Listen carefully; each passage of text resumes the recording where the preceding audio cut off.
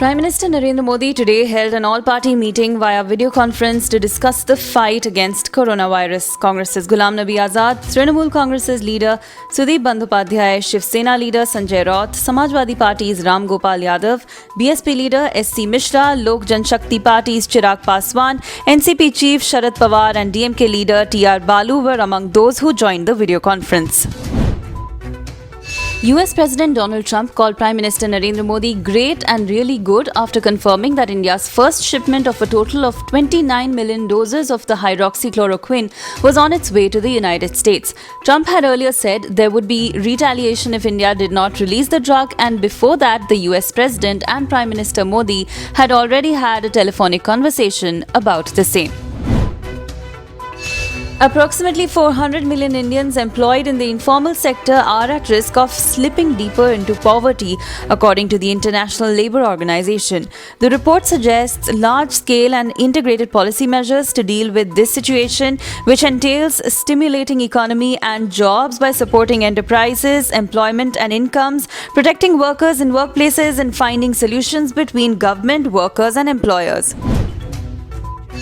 India has recorded 149 deaths linked to coronavirus, with 35 dying in the last 24 hours alone. India has also recorded the biggest spike in number of cases, taking the country past the 5,000 mark to 5,194 cases.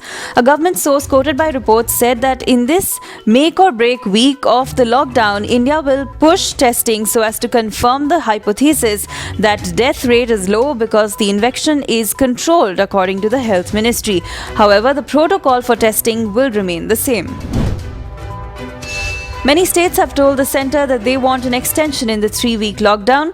Government sources said that there would be clarity on the situation only after April 10th, once testing is stepped up and results show the outbreak's trajectory.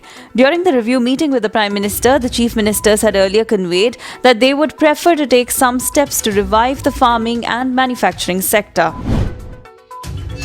The Uttar Pradesh government has announced an insurance cover of Rs 50 lakhs for police personnel in view of the COVID-19. Earlier, the Punjab government had announced to provide additional health insurance to policemen and sanitation workers. China has ended its lockdown of Wuhan, the original epicenter of the coronavirus crisis.